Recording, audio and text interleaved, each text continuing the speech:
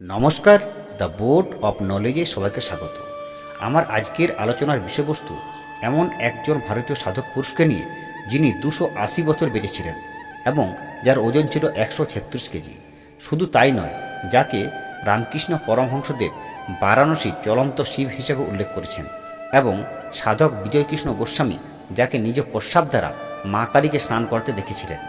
শুরু করছি সে বিখ্যাত যোগী ত্রৈলঙ্গ স্বামীর জীবনী নিয়ে।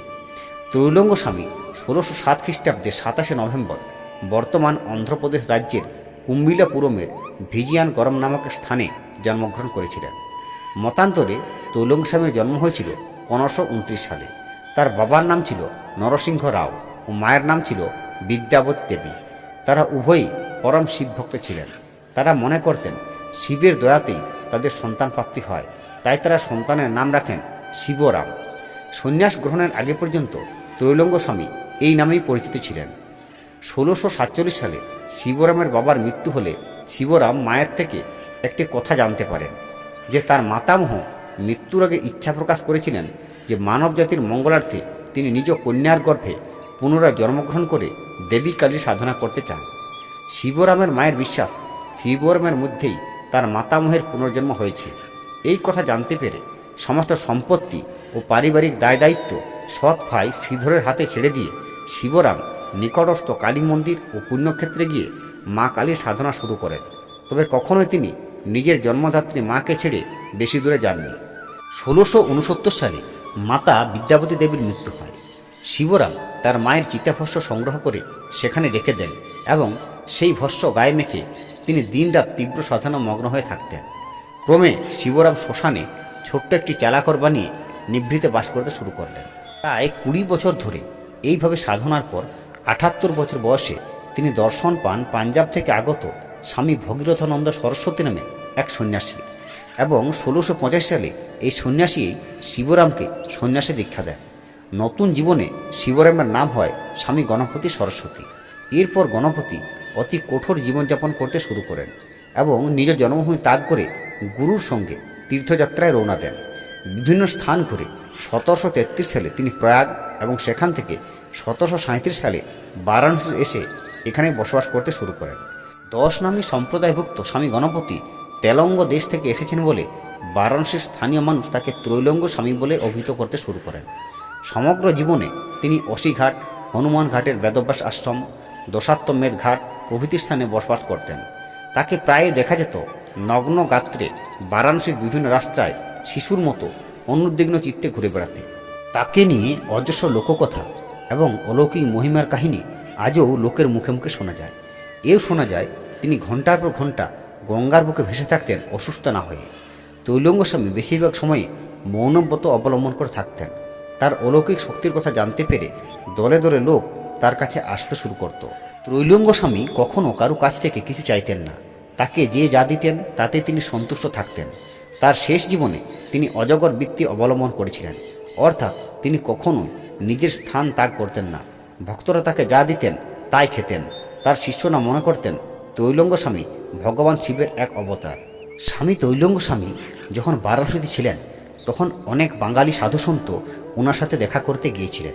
তাদের মধ্যে উল্লেখযোগ্য হল লোকনাথ ব্রহ্মচারী, বেণীমাধব ব্রহ্মচারী, ভগবান গাঙ্গুলি, রামকৃষ্ণ পরমহংসদেব, স্বামী বিবেকানন্দ, মহেন্দ্রনাথ, স্বামী অভেদানন্দ, ভাস্করানন্দ, স্বামী বিশুদ্ধানন্দ এবং বিজয়কৃষ্ণ গোস্বামী ও সাধক পামাখেপা।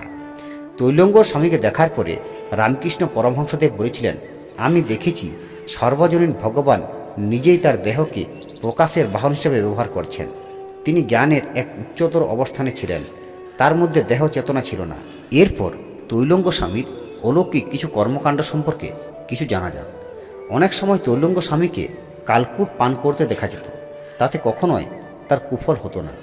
হাজার হাজার মানুষ তাকে দেখতেন তিনি গঙ্গার জলের উপর ভেসে বেড়াচ্ছেন অথবা গঙ্গার জলের তলায় বহুক্ষণ ধরে লুকিয়ে আছেন। কাশীর মণিকর্ণিকা ঘাটে প্রচণ্ড সূর্যগ্রহণে উত্তপ্ত প্রস্তরখণ্ডের উপর ত্রৈলঙ্গ স্বামী শুয়ে থাকতেন এবং এই দৃশ্য ছিল একটি অতি সাধারণ দৃশ্য। অনেক সময় জলের উপরেই হোক বা জলের নিচে হোক কিংবা উত্তপ্ত প্রস্তরখণ্ডের উপর হোক তার নিষ্পদ উলঙ্গ দেহ পড়ে থাকত। ত্রৈলঙ্গ স্বামী প্রমাণ করেছিলেন যে তিনি ঈশ্বর চৈতন্যের মধ্যেই সঞ্জীবিত। মৃত্যু তাকে স্পর্শ করতে পারে না। এছাড়াও তার দেহের ওজন ছিল প্রায় 300 পাউন্ড। 1868 সালে শ্রীরামকৃষ্ণ ঠাকুর তার ভাগ্নে হৃদয়কে নিয়ে কাশীর মণিকর্ণিকা ঘাটে গিয়েছিলেন জীবন্ত বিশ্বনাথকে দেখতে। তিনি গিয়ে দেখলেন যে জীবন্ত বিশ্বনাথ তৈলঙ্গ স্বামী চোখ বুজে শুয়ে আছেন। রামকৃষ্ণ তার সামনে গিয়ে দাঁড়াতেই ধীরে ধীরে চোখ খুললেন মহাযোগী তৈলঙ্গ স্বামী। সাগরের পথে চলতে চলতে দুটি নদী যেন মুখোমুখি এসে দাঁড়িয়েছে। অপলক দৃষ্টিতে দুজন দুজনকে দেখতে লাগলেন। অন্তরের গোপন ভাষায় তারা কথা বললেন। এক মহাপুরুষ আরেক মহাপুরুষকে অনুভব করলেন চেতনার অনুভবে। পরে শ্রীরামকৃষ্ণ বলেছিলেন, তৈলঙ্গ স্বামী হলেন মানবরূপী বিশ্বেশ্বর। আমি ইশারায় তাকে জিজ্ঞাসা করেছিলাম, ঈশ্বর এক না অনেক?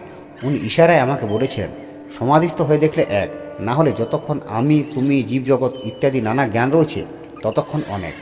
কোনো শব্দ ব্যয় না করেই এই যে পারস্পরিক বোঝাপড়া কোনো এক অন্তরের গোপন ভাষায়, তা সাধারণ মানুষের বোধগম্য নয়। তাই এই যোগাযোগ যেন অনেকটা অপার্থিব যোগাযোগই ছিল। শুধু রামকৃষ্ণ নন, গৃহী সন্ন্যাসী শ্যামাচরণ লাহিড়ী এবং প্রভুপাদ বিজয়কৃষ্ণ গোস্বামীর সঙ্গে তৈলঙ্গ স্বামীর সাক্ষাতের কাহিনীও এরকম বিস্মিত করে আমাদের। কি হয়েছিল সেটিও একটু জেনে নিই। একদিন ত্রৈলঙ্গ স্বামীর সঙ্গে দেখা করার জন্য কাশীর গঙ্গার তীরে তার সামনে গিয়ে দাঁড়িয়েছিলেন শ্যামাচরণ লাহিড়ী। চোখ খুললেন যোগী পুরুষ তৈলঙ্গ স্বামী, আর সঙ্গে সঙ্গে বিস্ময় হতবাক হয়ে গেল শ্যামাচরণ। স্বামীর চোখ দুটোর ভিতর দিয়ে তিনি যেন সাক্ষী হয়ে রইলেন সমগ্র জগৎ সংসারের।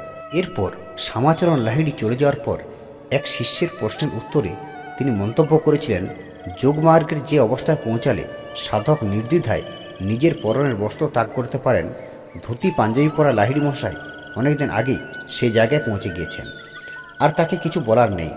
আবার সাধক বিজয়কৃষ্ণ গোস্বামী দেখেছিলেন ত্রৈলঙ্গ স্বামী প্রস্রাব দিয়ে দেবীকালীর পুজো করছেন। এই অদ্ভুত আচরণের জন্য বিজয়কৃষ্ণ বিস্মিত হলে স্বামী তাকে বলেছিলেন সেটি ছিল গঙ্গাজল। এই পৃথিবীর সব কিছুতেই ঈশ্বর আছেন, শুধু মনের চোখকে খুলে দিতে পারলেই সব একাকার হয়ে যায়।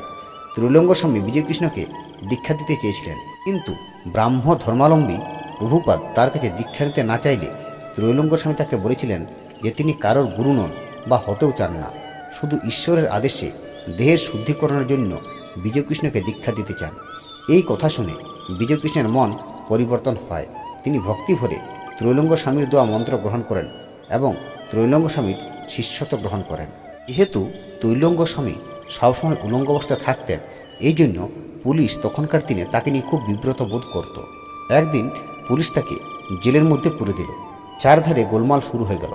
কিছুক্ষণ বাদে দেখা গেল তৈলঙ্গ স্বামী কারাগারের ছাদের উপরে পায়চারি করে বেড়াচ্ছেন। তার কুঠরিতে তখনও মজবুত তালাচাবি ঝুলছে। কি করে বেরোলো তা কারো মাথায় ঢুকলো না। হতাশ হয়ে পুলিশের লোকেরা আবার তাকে জেলের কুঠরিতে ঢোকালো। এবার দরজার কাছে একজন প্রহরী রেখে দিল, কিন্তু দৈবশক্তির কাছে আইন আবার হেরে গেল। আবার দেখা গেল তৈলঙ্গ স্বামী পরম উদাসীন্যে কারাগারের ছাদের উপরে পদচারণ করছেন। কোনো ভ্রুক্ষেপ নেই। বিচারের দেবতা অন্ধ।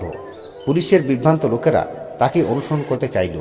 যদিও তৈলঙ্গ স্বামীর শরীর ছিল অনেক বিশাল, কিন্তু তিনি আহার করতেন কদাচিৎ। অনেক সময় কয়েক সপ্তাহ উপবাস থাকতেন। তারপর ভক্তদের আনা কিছু ঘোল খেয়ে তিনি তার উপবাস ভঙ্গ করতেন। একবার এক অবিশ্বাসী লোক তৈলঙ্গ স্বামীকে ঠকাবার চেষ্টা করলেন এবং তিনি তাকে হত্যা করতে উদ্যত হলেন। তাই তিনি একটা বড় বালতিতে করে এক বালতি কলি চুন গুলে নিয়ে এসেছিলেন এবং স্বামীজিকে বললেন, আপনার জন্য ঘোল এনেছি। স্বামীজি সেটি অকপটে খেয়ে নিলেন, কিন্তু এর কিছুক্ষণ পরেই সেই লোকটি মাটিতে গোড়াগড়ি খেতে লাগলো এবং চেঁচাতে লাগলো। অন্যদিকে স্বামীজির কিছুই হয়নি।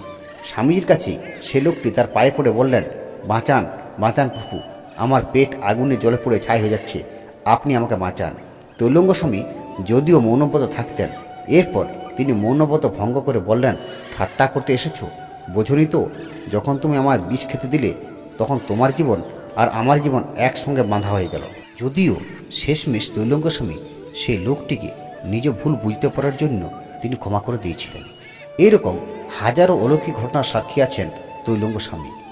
এরপর 1887 সালে 26শে ডিসেম্বর সোমবার সন্ধ্যায় তৈলঙ্গ স্বামী দেহত্যাগ করেন।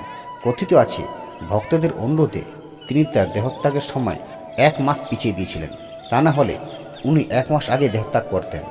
এবং ঘাটে দাঁড়িয়ে শোকপ্রিয় ভক্তদের উপস্থিতিতে তার দেহকে 10 নামী সম্প্রদায়ের সন্ন্যাসীদের শেষকৃত্যের রীতি অনুযায়ী গঙ্গায় সলিল সমাধি দেওয়া হয়েছিল।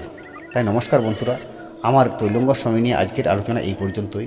যদি ভিডিওটি ভালো লাগে অবশ্যই চ্যানেলটি সাবস্ক্রাইব করবেন, লাইক ও কমেন্ট দেবেন এবং এই ধরনের ভিডিওর নোটিফিকেশন পেতে নিচের বেল আইকনটি ক্লিক করবেন। নমস্কার।